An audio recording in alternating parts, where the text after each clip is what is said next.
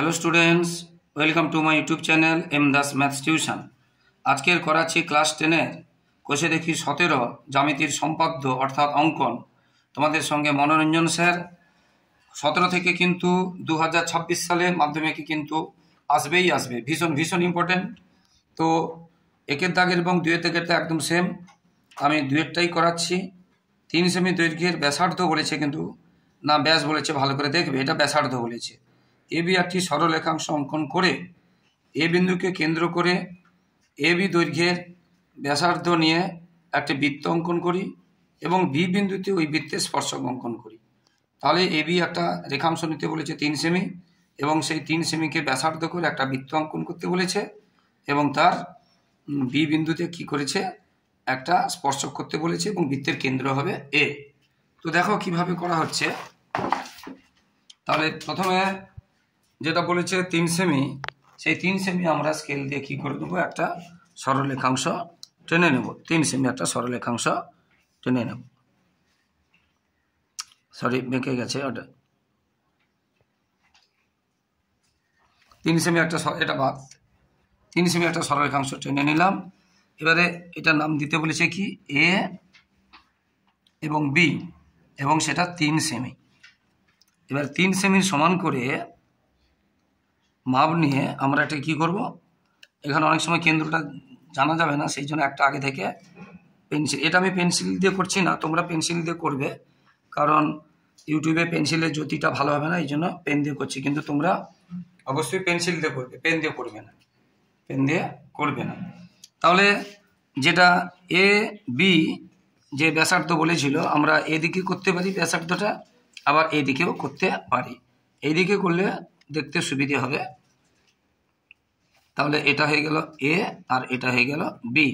ব্যাসার্ধ নিয়ে একটা আমরা কি করলাম, বৃত্ত অঙ্কন করলাম। এবারে বি বিন্দুতে স্পর্শক অঙ্কন করতে বলেছে, বি বিন্দুতে স্পর্শক অঙ্কন করতে বলেছে, বি বিন্দুতে স্পর্শক অঙ্কন করতে বলেছে। অর্থাৎ এই বি বিন্দুতে একটা 90 ডিগ্রি করব। স্পর্শক কি হয়, ব্যাসার্ধের সঙ্গে 90 ডিগ্রি কোণ করে থাকে, সেই জন্য আমরা বি বিন্দুতে একটা 90 ডিগ্রি করব। তো প্রথমে একটা দেখো, বিতে বসে একটা চাপ আঁকলাম, সেই সমান চাপ নিয়ে এখানে বসিয়ে কাটলাম, পরপর দুবার আবার এখানে বসিয়ে কাটলাম, এবং উপরে একটা কাটলাম, যেখানে এখানে কাটলাম একটা, আবার উপরে কাটলাম, আবার এখানে বসিয়ে কাটলাম। কোথায় বসানো হচ্ছে দেখে না, এটা হচ্ছে 90 ডিগ্রি। তোমরা সবাই জানো 90 ডিগ্রি কী করে আঁকতে হয়। এবার যেখানে ছেদ করছে, সেখানে আমরা যোগ করে বাড়িয়ে দেবো, বুঝতে পেরেছ? এটা হয়ে যাবে 90 ডিগ্রি। তোমাদের মনে হচ্ছে এটা 90 ডিগ্রি হয়নি, এটা বেঁকে গেছে মনে হচ্ছে, কিন্তু না, কারণ আমরা এটা একটু বাঁকা নিয়েছিলাম। তাছাড়া পদ্ধতি, বুঝতে পেরেছো, পদ্ধতিটা বলে দিলাম। তাহলে বি বিন্দুতে এটা যে কোনো একটা নাম দিয়ে দিবে, পি কিউ হলো স্পর্শক। তাহলে এ বি ব্যাসার্ধের একটা বৃত্ত অঙ্কন করলাম যার কেন্দ্র এ, এবং বি বিন্দুতে কি করলাম, পি কিউ একটা স্পর্শক অঙ্কন করলাম। এবারে তার পরেরটাতে কি আছে দেখো, পরেরটাতে আছে 2.5 সেমি দৈর্ঘ্যের ব্যাসার্ধ। সবগুলো দেখে নেবে ভালো করে, ব্যাস বলছে না, ব্যাসার্ধ বলছে। ব্যাসার্ধ বিশিষ্ট একটা বৃত্ত অঙ্কন করতে বলেছে। ওই বৃত্তের বাইরে এমন একটি বিন্দু নেই কেন্দ্র থেকে 6.5 সেমি দূরে। ওই বহিস্থ বিন্দু থেকে ওই বৃত্তের একটি স্পর্শক অঙ্কন করি ও স্কেলের সাহায্যে ওই স্পর্শকের দৈর্ঘ্য নির্ণয় করি। স্কেলের সাহায্যে ওই স্পর্শকের বলেছে দৈর্ঘ্য নির্ণয় করি, বুঝতে পারলে? তাহলে একটা 2.5 সেমি, একটা 6.5 সেমি আমাদের আগে আঁকতে হবে। আচ্ছা, এখানে তাহলে কি কি বলেছে, 2.5 সেমি।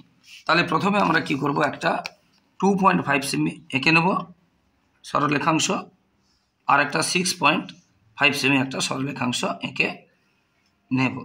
এটা হয়ে গেল। তাহলে এটাতে কোনো নাম বলেনি, তাহলে 2.5 সেমি 6.5 সেমি আমরা প্রথমে এঁকে নেব।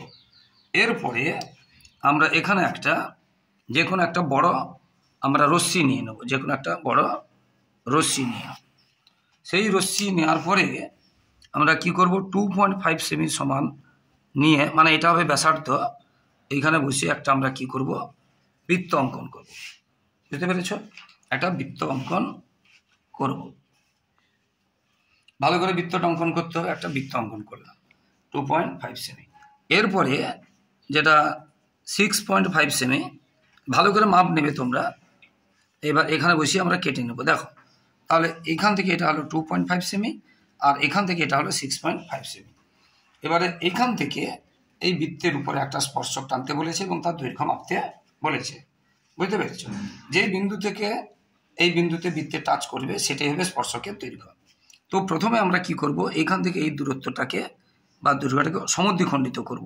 আমরা সমান মাপ নিতে পারি, একটু কম নিতে পারি, আবার একটু বেশি নিতেও পারি, যে কোনো মাপ নেই, কিন্তু অর্ধেকের কম নেব না, আন্দাজে অর্ধেকের কম নেব না, অর্ধেকের যেন কম না হয়। হলো, এখানে বসালাম, প্রথম এখানে বসিয়েছি, তারপরে এখানে বসাচ্ছি। ভালো করে দেখে নাও কোথায় কোথায় বসাচ্ছি। এই আচ্ছা, এটা আমার খাতাটা একটু হয়ে গেছে, আর একটু ছোটো মাপ নিলে ভালো হতো। মোটামুটি বুঝতেই পারছো যে এখানে আসবে। তো মূল হচ্ছে পদ্ধতিটা শেখানো। এবারে যেখানে লাগবে সে দুটো যোগ করে দিয়ে এটা আমরা করে নিলাম। অর্থাৎ এই পুরোটাকে ব্যাস করে নিলাম, পুরোটাকে অর্ধেক করেছি, মানে 6.5 সেমিকে অর্ধেক করেছি, এটাকে আমরা ব্যাস করে নিলাম।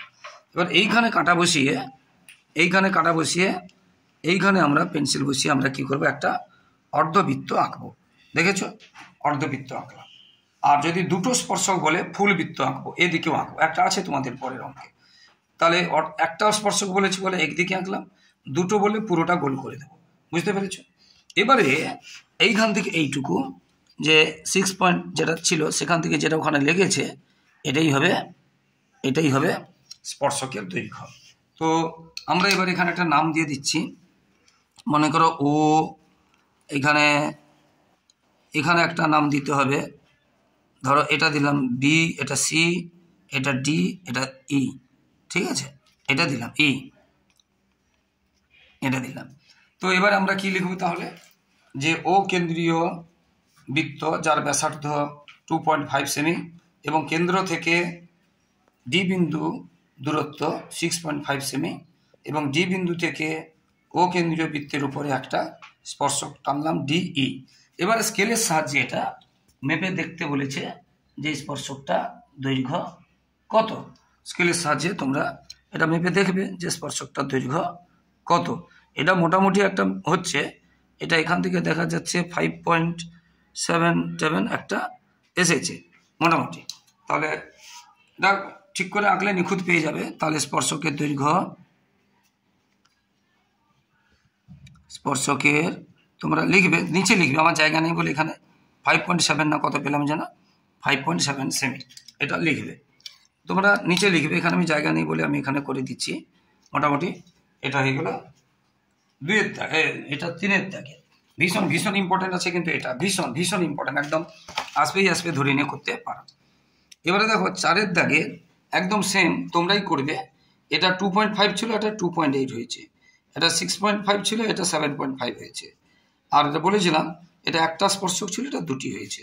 যদি দুটি বলে কি করতে হবে, যেটা বলেছিলাম যে এইখানে কাটা বসিয়ে আমরা একটার জন্য আমরা এইদিকে শুধু অর্ধেক করেছিলাম, আর দুটো বললে আমরা কি করব, ফুল করে দেবো, এরকম করে ফুল করে দেবো। হ্যাঁ, আর এটার সঙ্গে আবার এটা যোগ করে দেবো, এটা দুটো স্পর্শক হয়ে যাবে। বুঝতে পেরেছো? এছাড়া আমার পুরনো ভিডিওতে এগুলো দেওয়া আছে, তোমরা দেখে নেবে, সবগুলো কিন্তু পুরনো ভিডিওতে দেওয়া আছে। চারটা কিন্তু তোমরা দেখে নেবে। তাছাড়া এখান থেকে যা বুঝিয়ে দিচ্ছি তোমরা সেটা পেরিয়েও যাবে। এবারে 5-এটাতে ও কেন্দ্রীয় একটা বৃত্তে পি কিউ একটা জ্যা বলেছে, কিন্তু ব্যাসও জ্যা, কিন্তু কেন্দ্রগামী জ্যা। আর এখানে কেন্দ্রগামী বলেনি, যে কোনো একটা জ্যা। পি ও কিউ বিন্দুতে বৃত্তের স্পর্শক অঙ্কন করি, কোনো মাপ দেয়নি, শুধু নাম বলেছে ও কেন্দ্রীয় বৃত্তের পি কিউ একটা জ্যা। তাহলে আমরা যেহেতু কোনো মাপ দেয়নি, তাহলে আমরা এখানে কেন্দ্র ও আমরা যে কোনো একটা কি করলাম, একটা বৃত্ত অঙ্কন করলাম। বুঝতে পেরেছি? এবং কেন্দ্রের নাম দিলাম কি, ও। আর এখানে বলছে পি কিউ একটা জ্যা, যে কোনো একটা এখানে লিখেছি, পি কিউ যে কোনো একটা জ্যা লিখে নিলাম। তবে এই নামটা কেন্দ্র ও দিতেই হবে, কারণ বইতে বলেছে, এবং এটা পি আর এটা কিউ দিতে হবে, কারণ বলে দিয়েছে। এবারে পি এবং কিউ বিন্দুতে কি বলেছে, বৃত্তের স্পর্শক অঙ্কন করতে বলেছে। আমরা এর আগে বলেছি বৃত্তের স্পর্শক কি হয় না, ব্যাসার্ধের সঙ্গে 90 ডিগ্রি হয়, এটার সঙ্গে না, জ্যার সঙ্গে না, ব্যাসার্ধের সঙ্গে। অর্থাৎ আমাদের এরপরে কি করতে হবে, এরপরে আমাদের এই ব্যাসার্ধ অঙ্কন করতে হবে, দুদিকে দুটো ব্যাসার্ধ অঙ্কন করতে হবে। এই একটা হলো ব্যাসার্ধ, এবং যেহেতু দুটো বলেছে স্পর্শক, তাহলে আমাদের দুটো ব্যাসার্ধ আঁকতে হবে। এই দুটো ব্যাসার্ধ হলো। এই ব্যাসার্ধের উপরে হবে 90 ডিগ্রি, ব্যাসার্ধের উপরে 90 ডিগ্রি। আমরা আগে যেমন আগে একটা করিয়েছিলাম, যেটা আমরা একদম প্রথমে যেটা করিয়েছিলাম, এইখানে দেখো এটাকে ব্যাসার্ধ বলেছিলাম, এই ব্যাসার্ধের উপরে 90 ডিগ্রি হয়েছে, এটা ব্যাসার্ধ বলেছিলাম, এটা 90 ডিগ্রি হয়েছে, বুঝতে পেরেছি। এখানে ব্যাসার্ধ করিনি, প্রয়োজন নেই, বুঝতে পেরেছি। এবারে এটা তাহলে 90 ডিগ্রি আঁকতে হবে, দুটো জায়গায় 90 ডিগ্রি আঁকতে হবে। তাহলে এখানে আমরা কি করলাম, প্রথমে যে কোনো মাপ নিয়ে 90 ডিগ্রি আঁকতে তোমরা জানো সবাই, যে কোনো মাপ নিয়ে কী করবে, এটা বৃত্তচাপ আঁকবে, তারপরে পরপর এটা এগুলো যেন ছোট বড় না হয়, একদম সেম রাখবে, বুঝতে পেরেছ। এই দেখো ঠিক করে আঁকবে, হ্যাঁ। এইটা যেখানে ছেদ করবে সেটার সঙ্গে এই যে ব্যাসার্ধের যেটা বৃত্তকে স্পর্শ করেছে এই পর্যন্ত যোগ করে দিবে, এটা হয়ে গেল একটা স্পর্শ। ঠিক সেইভাবে এদিকে আর একটা স্পর্শ করতে হবে, এদিকে একটা স্পর্শ করতে হবে, তাহলে এখানেও একটা 90 ডিগ্রি টানতে হবে।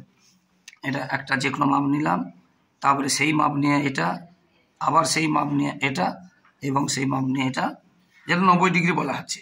কোথায় না, জের সঙ্গে নয়, কার সঙ্গে বলছি, ব্যাসার্ধের সঙ্গে, ব্যাসার্ধের সঙ্গে। এটা হয়ে গেল স্পর্শ। এবার নাম দিয়ে দিবে, তাহলে পি এবং কিউ যে কোনো একটা নাম দাও, ধরো এটা এম এন, এটা ধরো আর এস, যে কোনো একটা নাম দিয়ে দিবে, এটা হয়ে গেল স্পর্শ। তো এইভাবে কিন্তু হবে। তো বন্ধুরা, যারা আমার ইউটিউব চ্যানেলটি দেখছো সকলকে অসংখ্য ধন্যবাদ। আর যারা আমার চ্যানেলে নতুন, প্লিজ চ্যানেলকে সাবস্ক্রাইব এবং শেয়ার করে একটু সাপোর্ট করো বন্ধুরা। তোমাদের জন্য লাগাতার পরিশ্রম করছি, তাই তোমাদের কাছ থেকে এইটুকু সহযোগিতা ভালোবাসা আশা করছি যে তোমরা চ্যানেলটিকে সাবস্ক্রাইব ও শেয়ার করে একটু সাপোর্ট করবে, একটু পাশে থাকবে, আর লাইক ও কমেন্ট করতে ভুলো না। আর তোমাদের 2025 সালের এবিটি এবং পর্ষদের টেস্ট পেপারের অঙ্ক, জীবনবিজ্ঞান এবং ভৌতবিজ্ঞানের প্রায় সমস্ত পেজগুলোর উত্তর করে দেওয়া হয়েছে, সমাধান করে দেওয়া আছে। তাই তোমরা সার্চ করে আমার ইউটিউব চ্যানেলে, সার্চ করে তোমরা এবিটি এত নম্বর পেজ, কি পর্ষদ এত নম্বর পেজ, 412 নম্বর পেজ, এরকম সার্চ করলে পার্ট 1 পার্ট 2। আর আমার ইউটিউবে কিন্তু শুধু শর্ট প্রশ্ন নয়, বড় প্রশ্নের উত্তরগুলো করে দিয়েছি, পরিমিতি করিয়ে দিয়েছি, ত্রিকোণমিতি করিয়ে দিয়েছি, পাটিগণিতও করিয়ে দিয়েছি, ভেদও করিয়ে দিয়েছি। তাই তোমরা ফলো করো বন্ধুরা, অবশ্যই তোমাদের উপকারে আসবে। আর তোমার ভাই বোনদেরও শেয়ার করবে, কারণ 5 থেকে করা হচ্ছে, তাদের উপর 5, 6, 7, 8, 9, 10 সবাই ভালো থাকো বন্ধুরা। সবার আগাম পরীক্ষাগুলো সব ভালো হোক, সবার সুস্থ কামনা করি, ভবিষ্যৎ ভালো হোক। জয় হিন্দ, বন্দে মাতরম। তুই এখন চালাইলো না, এই তো চলছে।